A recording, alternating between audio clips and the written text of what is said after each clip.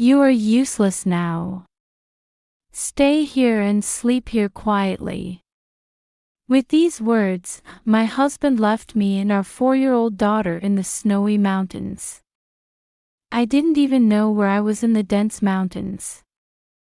The wind was blowing ice cold, and I was so cold to the core that I couldn't stop shivering. "Just follow grandmother," she suddenly shouted, and I looked where she was pointing, but there was no one there. But I decided to go ahead as my daughter said. Because she has a mysterious power. I am Amanda, a 32-year-old home worker. I met my husband Tyler, who is the same age as me, at a blind date I attended with a friend. Tyler is an accomplished and well-spoken man who started his own business when he was in college. I liked him and decided to marry him. Tyler's family is a prominent local businessman, so my friends envied me for marrying into a rich family. My husband and I moved in together right after we got married at the request of my in-laws. My parents-in-law were kind people, but my mother-in-law was sickly and in need of nursing care. I understand you are a nurse, Amanda. My wife is frail in that condition, and I was so worried about her. I am so grateful that you came to marry into this family.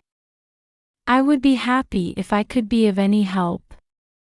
I quit my nursing job to take care of my mother-in-law and became a work-from-work worker, which I had wanted to do for a long time.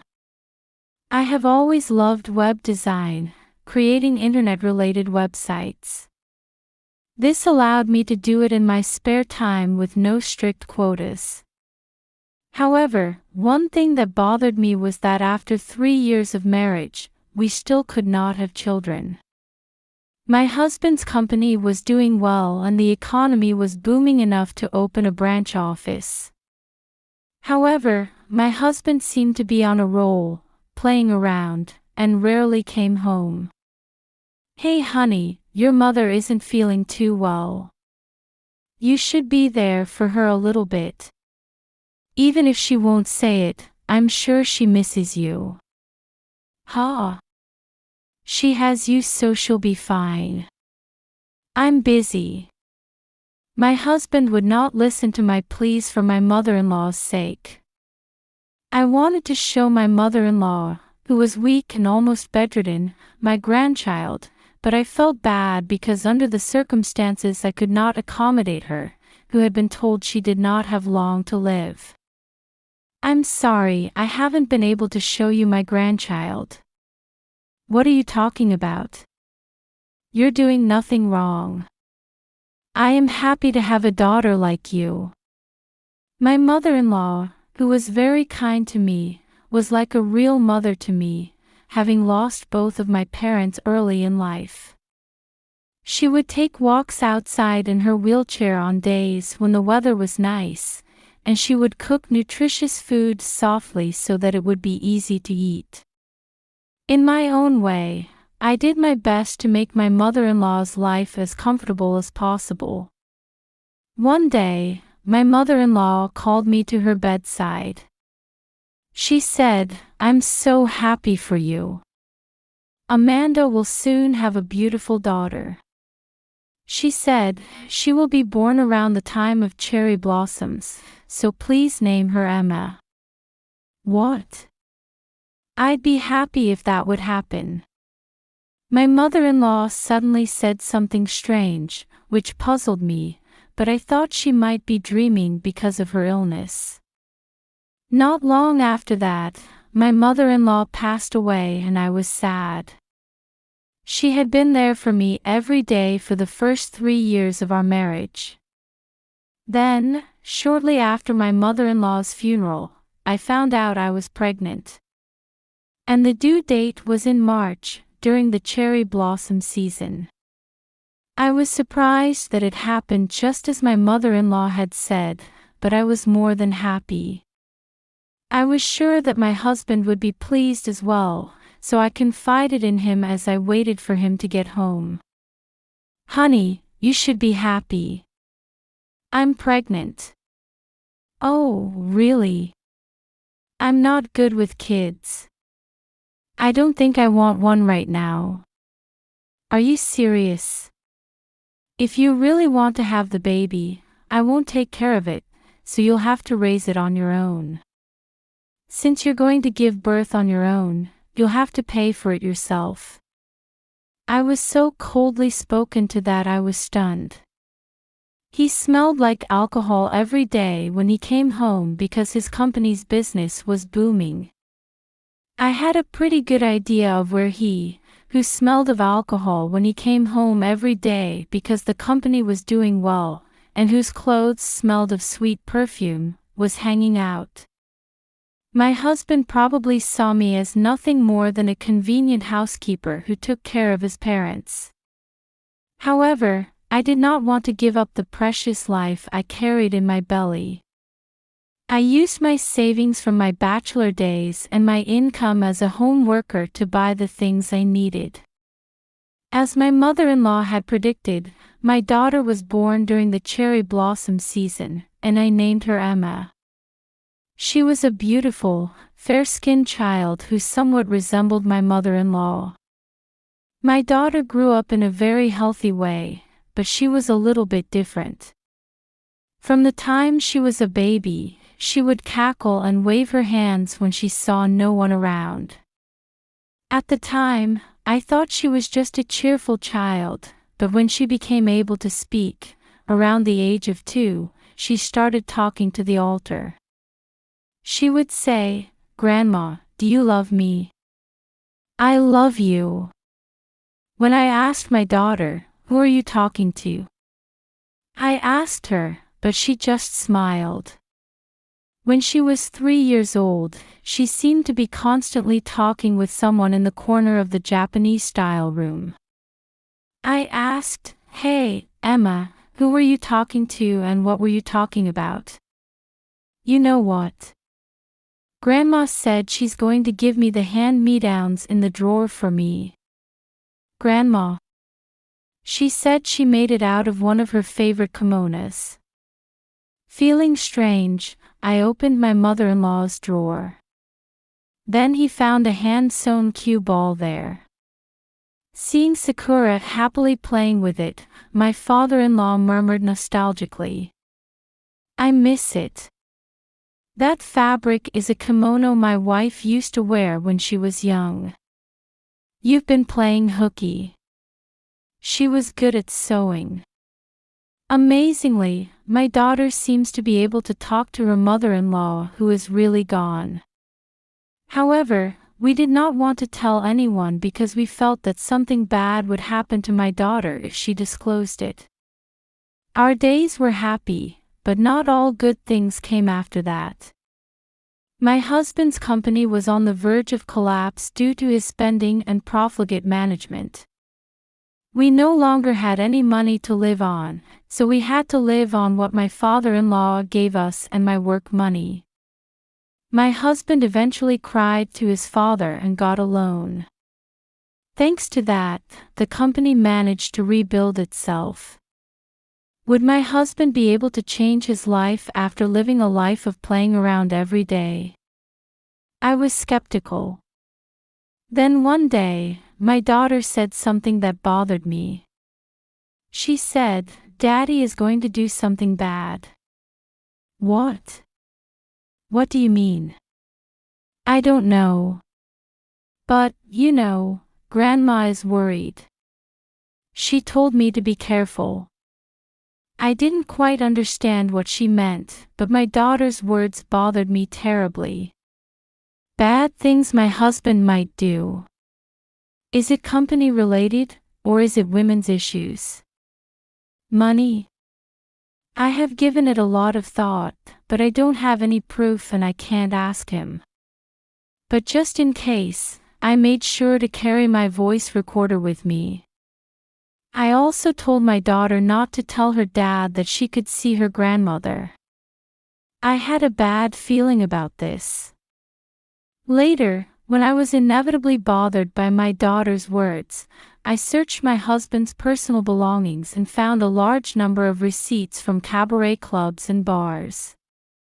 It seems that he had not changed his habit of playing around as he had been doing while his company was struggling, and he was helping him out.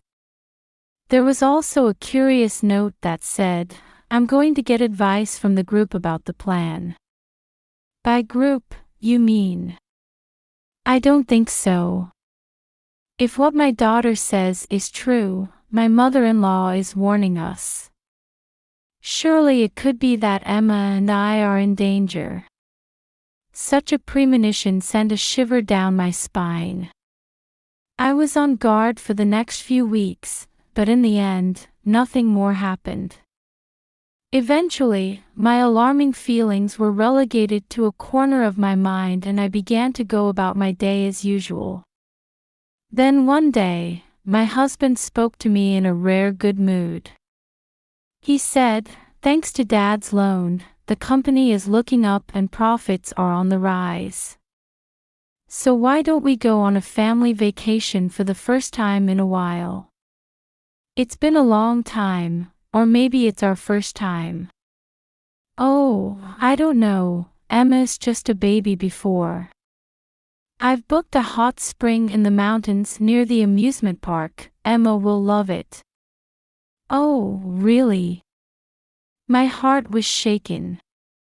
Although I still have some doubts about my husband, I still cannot give up my desire to believe him when he turns to me with the same kind expression as in the past. If my husband had really changed his mind, this might be an opportunity to restore our marriage.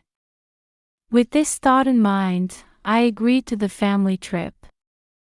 And as I was preparing for the trip, I gradually forgot about my daughter's words and was excited about traveling for the first time in a long time. On the day of our trip, I was surprised to see the rental car my husband had rented. I was a little scared that we would be going into the mountains with so much snow, but I was afraid that if I refused now, it would upset my husband even though we were going on a trip. I quietly got in the back seat of the car my husband was driving with our daughter. But in hindsight, I should have been more careful at that time. More than an hour after we left, my husband said we were heading to a hot spring in the mountains and I felt like we were getting further and further into the mountains. In addition, there was quite a bit of snow on the ground. Eventually the car turned off the national highway onto a side road, and I thought something was wrong. "Hey, honey, isn't this road funny? Who builds an inn on this mountain road off the national highway? Are you sure you're on the right road?" But my husband didn't reply. He drove straight ahead with a fearful expression on his face and a furrowed brow. I began to feel anxious. I was holding my daughter tightly and biting my lip. Then the car came to an abrupt stop as we continued down the roadless road. He said, "You have no more use for us. Stay here and sleep quietly." He pulled me and our 4-year-old daughter out of the car. "I'm taking your cell phone." "Honey, wait." No matter how much I shouted, my husband ignored me. Then, just as he was about to start the car, he turned around, grinned and drove away. Oh, no. We were left behind. Snow was falling all around us and we didn't even know where we were in the dense mountains. My husband took my cell phone, but I actually had a spare phone in my backpack. But unfortunately, I can't get a signal and can't call for help anywhere. Still, I had a bad feeling from the moment the car turned off the highway and both my daughter and I were wearing our down jackets tightly and carrying our backpacks. In addition, I had put various things in my backpack as a precaution since we were traveling in winter. In fact, although I thought I would be fine, I was really concerned about my daughter's words and had prepared various things just in case, but I never thought this would happen. The wind was blowing icy cold, chilling me to the core and making me shiver. I took out a disposable heat pack from my backpack and put a caramel in her mouth to warm her body and calm her down. In the meantime, the snow was getting worse, and we were afraid to get lost. What should we do? As we were at a loss, my daughter suddenly cried out, "Mommy, Auntie said come here." I looked where my daughter was pointing, but there was no one there. "No, I can't see them, but my daughter can," she said. "Just follow your grandmother's lead." I decided to follow my daughter's lead, because she has a mysterious power. So, I think I wanted to believe that we'll figure it out. I walked with my daughter's hand in the snow, trying my best not to slip. She said, "Mom, I see a light. Grandma says to keep walking toward it." I could indeed see the light in the direction she was pointing. I almost burst into tears when I thought, "Thank God. Thank you, mother-in-law." I murmured softly to my mother-in-law. Finally, we reached the hotel at the foot of the mountain and decided to rest there to warm up. I had some extra cash in my backpack, so I knew I could stay a while, during which I would come up with a plan to avenge my husband. Don't think you can get away with this. I'm going to thoroughly investigate why you were after our lives, so be prepared. 5 days later, I contacted my father-in-law. He was quite surprised to hear from me, but when he found out that Emma and I were safe, he was very happy and came to pick us up at our hotel. My father-in-law told me that my husband had told people that my daughter and I had fallen into a ravine on a snowy mountain and were lost. I was too stunned to say anything. He also said that they had searched but could not find us, and that they would not be able to find our bodies until the spring. My father-in-law said that he stopped his son several times, saying, "Let's wait a little longer," but he forcibly proceeded with the preparations. Furthermore, my father-in-law handed me something. This led me to a shocking revelation. When I went to my husband, he was preparing for our funeral as I had heard. A large, smiling photo of my daughter and I had been enlarged and was displayed as a portrait. Then, my daughter and I suddenly showed up. Oh my God! Why? Our relatives who had been helping with the preparation sat up and got surprised. My husband looked at me and my daughter with his eyes wide open, and then he let out a stupid voice. "What? You're alive." "Oh, my dear, I'm alive and well." "How? You thought we were dead as you intended, didn't you? You left me and Emma in the snow deep in the mountains." What the hell are you talking about?" The people around us began to murmur. "That's probably true. If he told everyone that we fell into a ravine in the snowy mountains when he intentionally left us there, that is a true crime. Good heavens, don't tell me a lie." "Oh my, can you say the same thing after listening to this?" I played the audio on my hidden voice recorder. It played him saying, "You are no longer of any use to us.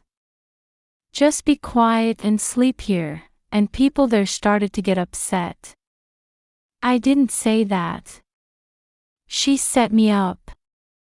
It's a hoax. My husband tried to cover it up in a hurry, but his face was pale and his lips were trembling. I played a video on my cell phone as a last resort. In the video, my husband says, "I left them on the snowy mountain as planned.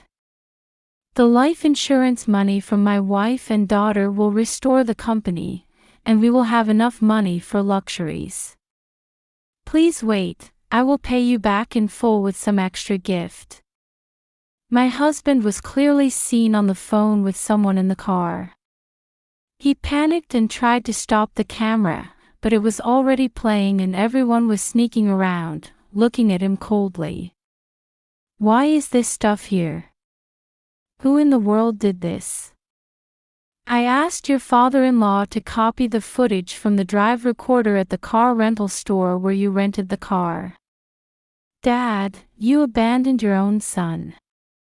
How can you take the side of such a stranger? With these words, my husband started to confront my father-in-law. But my father-in-law was quite angry and was glaring at my husband in a frightening manner. Of course he would abandon you. Because, behind my back, you had not just me and Emma but also your father insured for a very large sum. I wonder if you loaned money from some very dangerous group of people. But that doesn't mean they're going to try to kill us. I'm surprised. The father-in-law stood in front of my husband and shouted angrily at him, holding up a life insurance policy that he had found in his drawer. You were going to kill me and get all my money for yourself, weren't you? How can I call a guy like you my son? Then, with his father accusing him, and with all the evidence in hand, he had no way out, so he reopened his mouth and said something outrageous.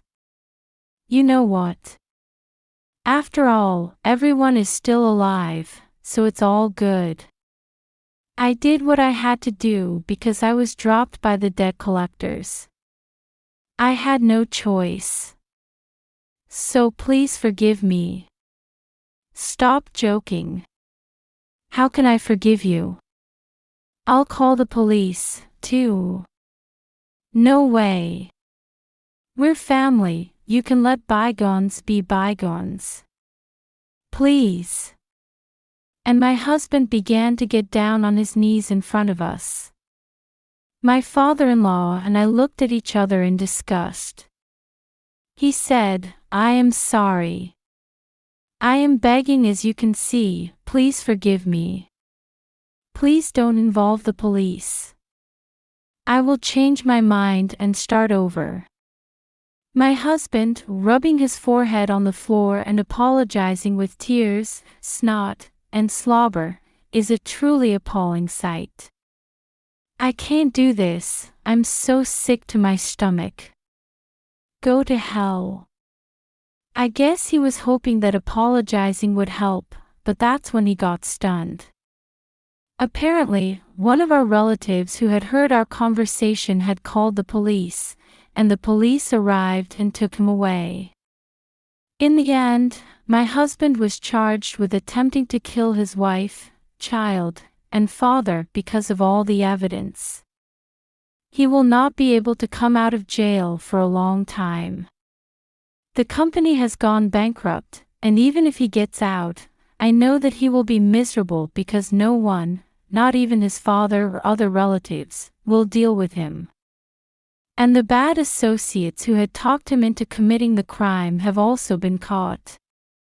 Of course, we divorced and custody of Emma is now mine. Furthermore, at my father-in-law's request, my daughter and I got adopted by him and received his inheritance as a gift. I now live with my kind father-in-law and watch Emma grow up. He says, find a good man and remarry. I will marry you off as my daughter, but I have no intention of doing so at the moment. I am happy now. The other day, my daughter said to me, Grandma says she is happy for you, but she won't be able to see you anymore. She says goodbye. I feel a little sad, but if my mother-in-law doesn't have to worry about me anymore, maybe it's for the best. I'll make sure to keep Emma safe, mother-in-law. I put my palms together in front of my mother-in-law's grave again today.